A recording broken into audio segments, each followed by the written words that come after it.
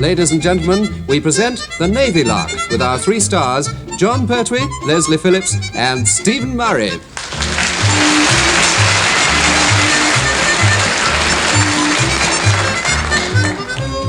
The breaking of his engagement with Wren Chasen has cut Sub-Lieutenant Phillips to the quick, or it would have if he had a quick to be cut.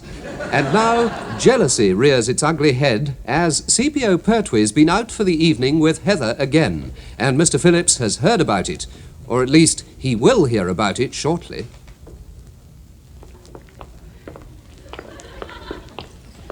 Just a minute, you two. Let's see your dockyard passes, please. Well, here you are. Here's mine. Wren Chasen. Right, now yours, Chief. Mine? What do you want to see mine for? You've seen hers. You've seen one, you've seen them all, I say. Come on, Heather, this way. We don't want to be messed around. Not so fast, Chief. Your pass, if you please. You know what you do? You up. That's what you do. All right, then. All right, come over here when it's darker and I'll show it to you. Right, there you are. You satisfied? Nosy? 1 beer bottle label in a plastic case. Not exactly an official pass, is it? But knowing you, CPO Pertwee, I'd say that's as near as we'll ever get. All right, carry on. Good night, miss. Good night, Chief. Good night, Constable. Well, you know, it really has been a wonderful evening. Oh, my pleasure, I'm sure. You can't whack a stroll along Commercial Road with a lump of rock salmon and 6 pence, I always say. It just never tastes the same if you don't eat it out of a newspaper, does it? No, miss, no. I got my lot in one of the Sunday papers. You would. And what was the news in that? Well, according to the headlines, the hair spots of that week were when policeman spends night hidden in wardrobe and girl accuses vet after check-up on her budgie. Really? I wondered why you kept your paper instead of throwing it away. I was just keeping Britain tidy, miss. Not Miss, dear. Heather. Oh, yeah. Yeah, well, of course, if you insist. Well, we are going out together, aren't we? Yeah, quite. It's just that one's not used to it. What was that? No, thanks. I know my limit. I see. Well, John, dear, you really must stop feeling uncomfortable about taking me out. My engagement to Mr. Phillips is over. Forget about him. I'm your girlfriend now.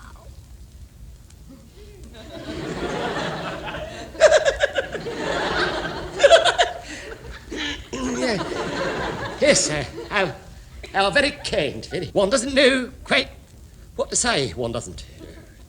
One is extremely honoured, of course. Is one? Then why doesn't one do something about it? It's dark enough.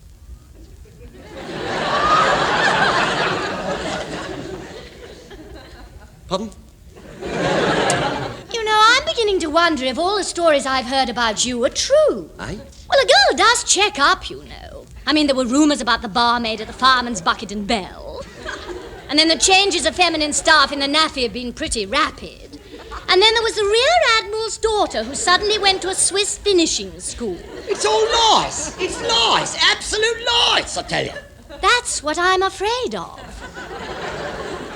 Oh, well, if that's the state of the Pearl, let's get over to the bicycle sheds and to places with Mr. Phillips. Well, that's more like it. And as far as I'm concerned, Sub-Lieutenant Phillips is a voice from the past. Halt! There goes who?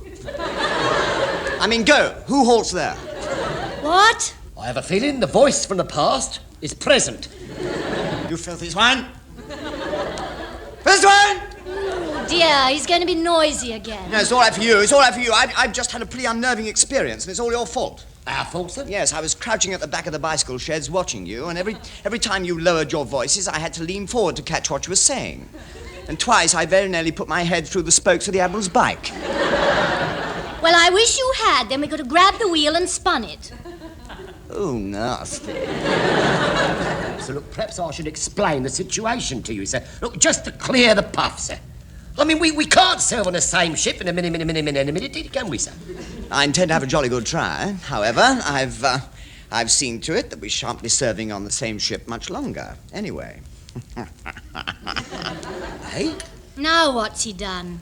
I don't know, but with a on the end of it, I've a feeling I flaming soon will. Oh, you'll find out, all right. Unless I'm very much mistaken, you'll find out in Mr. Murray's cabin tomorrow morning.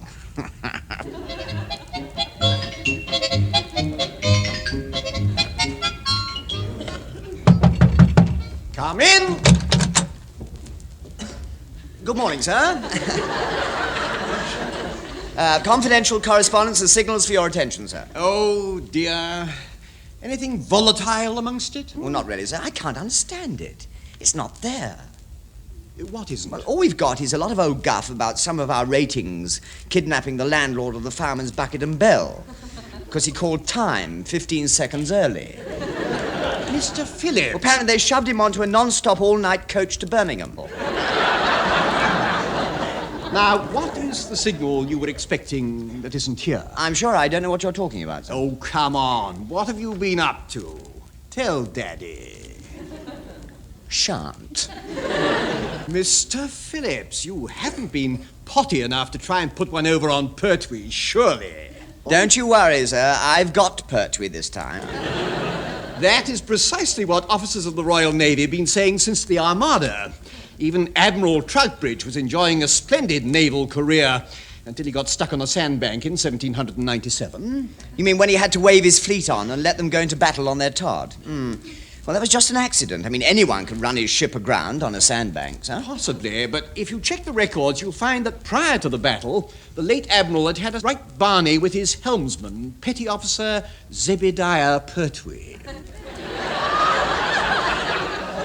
And it was all over the helmsman going out with the Admiral's girlfriend, apparently. History does tend to repeat itself, doesn't it? I don't think I feel very well. Well, they couldn't save the Admiral. Let's see if we can save you. What have you done? Let's have the details. I looked through the files, the signals from Captain Povey, sir, and I picked out the ones concerning training courses available for chief petty officers. And then... Excuse me, sir. Yes, Johnson, what is it? Dead dodgy, sir. Captain Povey's here, sir, and CPO Pertwee's with him, sir, and they want to see you, sir. And please can I leave before you let them in, sir? Oh, very well. Show them in, Johnson. Aye, aye, sir. This way, gentlemen, please. Now, number one, what is all this ridiculous nonsense about? Well, I wish I knew, sir. So do I. Whipped off my monarch's deck and wanged in here without so much as a whoops, beg pardon, I was. Well, if you don't need me anymore, sir, Yes, I'll... stand fast, Mr. Phillips. Captain Povey, so what seems to be the trouble? Trouble? Oh, number one, as far as I can see, mine are over. CPO Pertwee has applied for every training course the Navy holds. Hey? Yes, he's applied for everything from training as a galley cook to transfer to the Royal Marines. I've what? Through Sub-Lieutenant Phillips, of course. So that's it. I can only take paperwork at its face value. I've therefore decided that in order to obtain some peace and quiet for myself, I should put your name down for training as a driver of a hovercraft. Hey? Pardon? Well done. But I don't want to potter about 6 inches above the briny. Look, it's all a mistake, sir. I never applied for an hovercraft or the training, sir. Oh, what a pity. Because Mr. Phillips applied for you. I naturally assumed you'd applied through him. It is a carve-up. Pertwee has been done rotten. Have a nice trip, Pertwee. Learn lots, won't you? Drop me a line now and then, and I can tell Heather how you're getting on. Oh, now, perhaps I should have mentioned that earlier, Mr. Phillips. Yes, perhaps you mention what, sir? Here it comes. It's going to be the Admiral's sandbank all over again. Well, I mentioned that hovercraft training happened to have a vacancy for the chief. In fact, it happened to have several. So I've put you and Lieutenant Murray down for it as well. Oh, how terribly nice. What? As a matter of fact, it was the chief who gave me the idea. That he mentioned when I last saw him that you were terribly keen to take a hovercraft training course, so you're in luck. I'm not, you know. I know exactly what I'm in. When does the course start, sir? Tomorrow morning at 10 o'clock. You'll report to Commander Ward at the Royal Naval Air Station at Leon-Solon. Good morning, gentlemen. Good morning.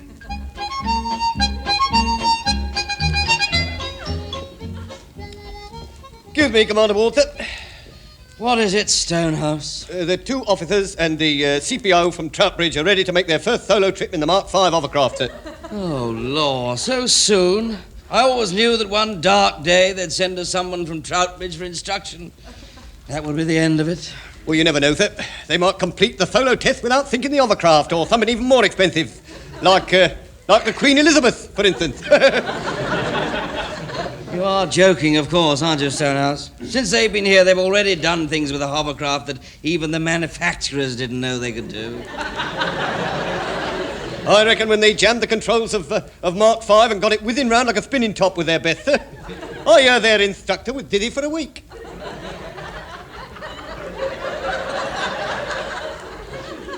It was 10 days, actually, I was the instructor. Until they heard who I'd been out with, everyone thought I was plastered. Are the rescue launch and fire services standing by? Yes, sir. All the shipping in the area been warned? Yes, sir. Everyone on the station been warned to take cover? Yes, sir. Well, that's all we can do, I suppose. Might as well go out to the apron and send them off. It's at times like these, you know, Stonehouse, one realises they should never have let the Home Guards stand down. Good luck, sir. Don't be ridiculous, Stonehouse. We all know what my luck's like today, or any other day, come to that. Wouldn't be quite so panic-making if that blonde one didn't keep saying, honestly, sir, it's just like driving a car. Well, in a way, I suppose it is, sir. Yes, possibly, but Blondie can't even drive a car either. Come on, let's get them launched. 6 to 4, they buzz off backwards at 40 miles an hour.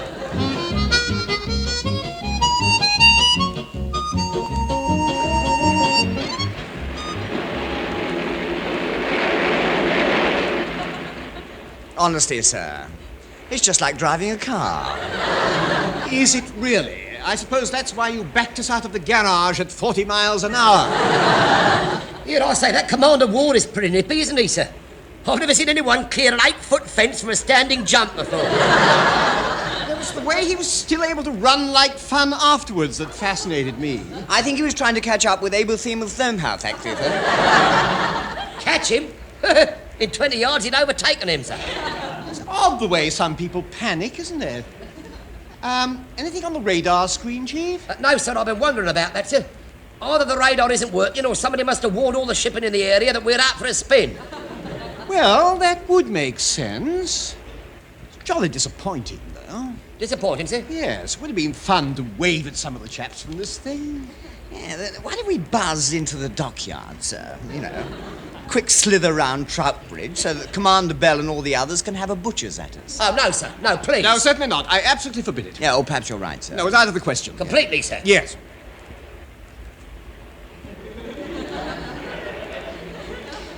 It would have been fun, though. Yes. Would have shaken them rigid. Did Commander Ward actually say we weren't to go into the dockyard, sir? Well, no, but obviously... Oh, obviously, sir, yes. Yes, quite so. Would have been fun, though, sir, wouldn't it? Oh, enormous. Pity. Shame. Oh, absolutely.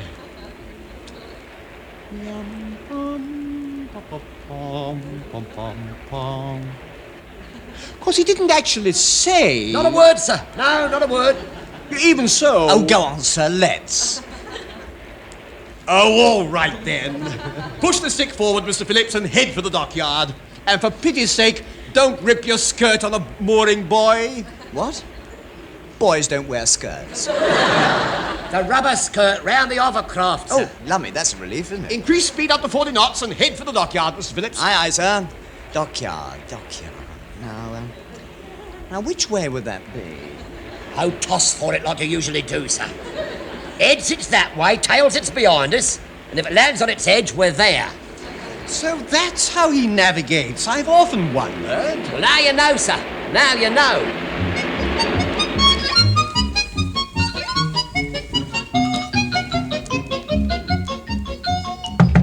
Come in.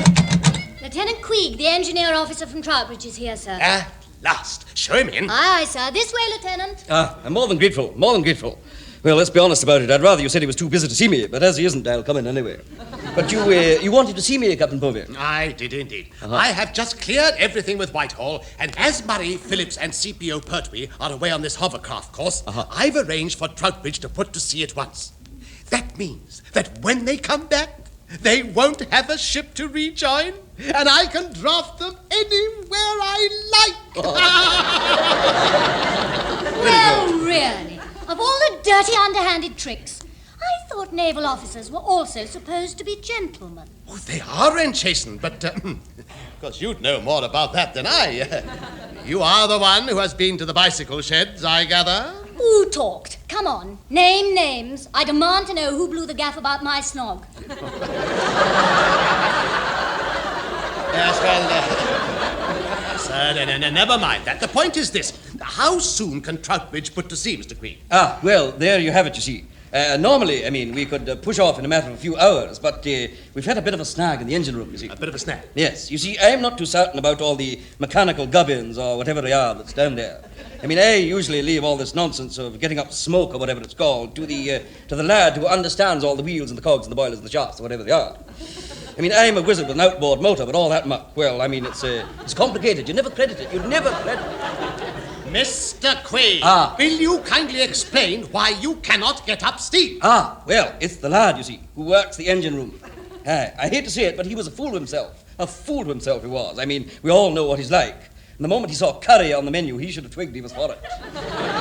As I understand it, he ordered a second helping, but before they could serve it, he had to leave. Nobody has seen very much of him since. It was extra pepper. Extra pepper. Mark my words, that's what got him. The lid fell off the pot, as you might say, and he would go on and eat it, you see. You can understand the position. Before I could finish asking the lad to get up steam, he'd have got up steam on his own and vanished in a flash, you see.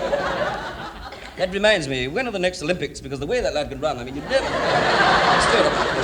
Goodness gracious. Oh, there, you clown. What the blazes have you done now? Oh, good grief, the Admiral. I'll see you later, Mr. Queen. I doubt it. Would you like a chair, sir? Not only would I like one, I intend to have one. Povey, get up. Oh, by all means, sir. What seems to be the trouble, sir?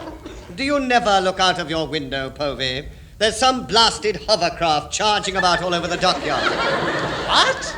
Wake at last, are we? The beastly thing's been zooming about out of control for half an hour. It was last seen doing about 40 past the dry docks and heading this way. You mean it's on land? Stop, you brute! Stop! Need I answer? It's that Troutbridge Shard I might have known. They're heading for the main gate. Oh, good grief. Renchasen, quick, get me the police at the main gate. Aye, sir. I don't know what's been going on, Povey, but if I find you approve the applications of the steaming idiots who are in that thing now, I shall hold you directly responsible for any damage they cause. But, Admiral... Dockyard police on the phone, sir. Thank heavens. Captain Povey here. Oh, yes, sir? Shut the main gate immediately. That's an order. Well, I need to have it in writing, sir. Oh, there's no time for that, you fool. This is an emergency. Very likely, sir, but I must have your signature before taking action of that nature. There's a hovercraft belting to the dockyard out of control. More, sir. Passed by us a minute or two ago, they did. They can't half go, can't they? What? They went straight through here and built up Queen Street at about 50 miles an hour.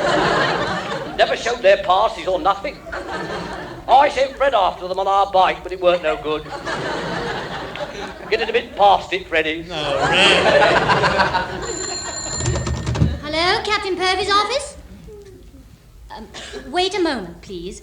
It's the Chichester Police, sir. Do we know anything about a runaway hovercraft? Because it's just chased His Worship the Mayor into the public library. No, I'm ruined, utterly ruined. Yes, Povey, if you want my opinion, you probably are. At least you will be if I have anything to do with it.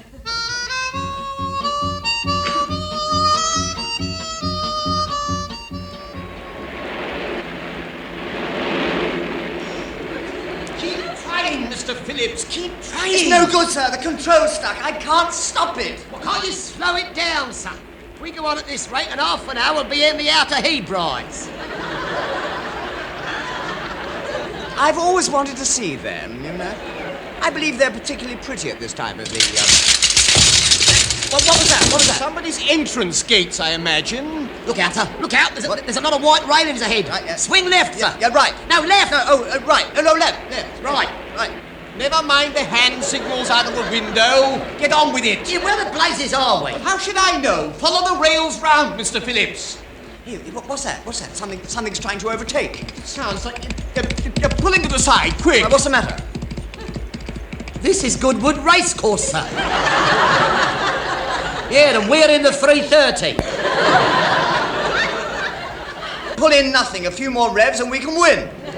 Oh, shut up. Look, fork right. We can get out through the north gate. Oh, blast. Now, what's the matter? Well, I had 2 bob each way on Maiden's Delight and it came 5th. Oh, well, really, trust you to back a horse with a name like that. That'll do. Mr. Phillips, let Pertwee take over the controls. Perhaps he can shift the throttle. Will, Chief, can you move it? No, sir. I don't think I can, sir. Watch the road. There's a car behind us. Hey? Roadhog! Where are we heading for now? Well, we're on the main Portsmouth-London road, sir. And the compass is pointing south, so we should be heading back to Pompey. Let's go across country. It'll be quicker. Cut through that field, Pertwee. Hey? Oh, please, sir, look, I know these things are supposed to clear small obstacles, but that hedge is too high, Nonsense. sir. She'll go over anything 6 foot high. Yeah, granted, but that hedge is near 8'6", sir. Of course it isn't. Take a run at it and over you go. All right, just as you say, sir. Mr. Phillips, you remember what I said? You remember what I said about not ripping your skirt? Yes, sir. Yes, sir. Well, after that hedge, I have a nasty feeling our slip is showing. Yeah, I'm flaming sure it is, sir. We're all one-sided. Well, then increase the jets that side to steady her. Well, I see. And keep trying to free that throttle or we'll have to drive round until we've run out of fuel. There's one alternative, sir. As soon as we get to the dockyard gates, I'll cut the engine, sir. We'll go down with a heck of a clout and we'll probably pull the rest of her skirt off. Yeah, Leon Solent won't like us for doing it, but you're probably right. As soon as you see the dockyard gates, stop engines, Chief. Aye, sir. And if we land as hard as I think we will, everybody stand up to avoid an extremely nasty.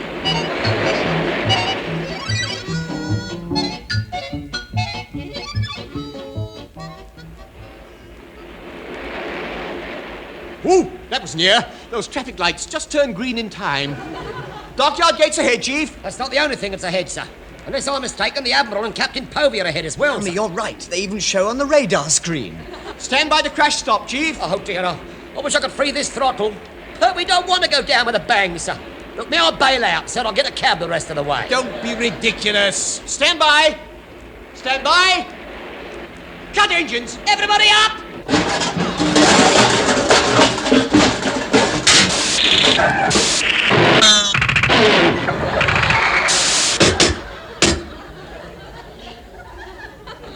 Well, I'm still breathing. Is anybody else?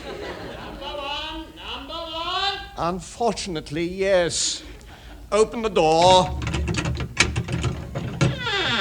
Good afternoon, sir. Lovely day for a hover. Lovely day for a... Where the blazes have you been in this thing? Oh, don't talk wet, Povey. We know where they've been. They've toured all of Hampshire and most of Sussex. What happened? The throttle stuck, sir. Funnily enough, a Mark V came in yesterday with exactly the same trouble. The chaps at Lee were going to work on it on the apron this morning. Captain Povey, sir, would you mind telling me the number on our tail fin? The one that came in yesterday was numbered... N5009. Exactly, that's what I'm afraid of. This is the dodgy one. Mr. Phillips, why didn't you check this morning? Well, they all look the same, sir. I thought this one was ours. This one was very nearly our lot. Oh, do stop waffling to them, Povey. Ring Leon Solent and clear this mess up. It's blocking the main gate. Oh, yes, of course, sir. At once, sir. Oh, with this thing here, I doubt if I can even get my bike through. Oh, that reminds me, Constable. Yes, sir? Put a guard on the bicycle sheds, will you? Last night, some idiot dented my spokes. Very good, sir. Right, I'm off. Povey, I shall expect a full report in the morning. I'll do my best, sir. Right, you three, get moving. I'll see you in my office in 15 minutes. Oh, do you have to, sir?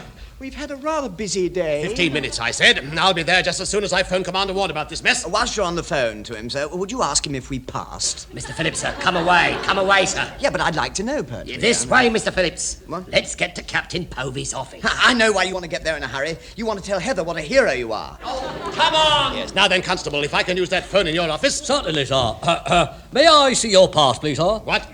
Your dockyard pass, if you please, sir. You know the rules. Oh, now look here, officer. No pass, eh? Right. Hey, no, stop that, stop that. Over the Fred. Bung him in the brig until somebody claims him. What?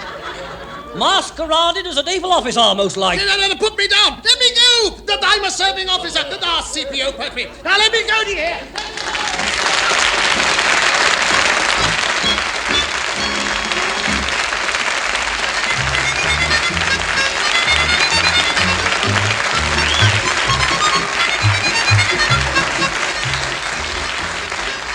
Stephen Murray, John Pertwee and Leslie Phillips have been belting 3 foot up in the air through the Navy Lark, written by Laurie Wyman. Stephen Murray was the number 1, John Pertwee was the chief petty officer, Leslie Phillips was the sub-lieutenant, Captain Povey was played by Richard Caldicott, Heather was Heather Chasen, the dockyard policeman was Michael Bates, Commander Ward was Ronnie Barker, and the Admiral was Teniel Evans. The show was produced by Alistair Scott Johnston.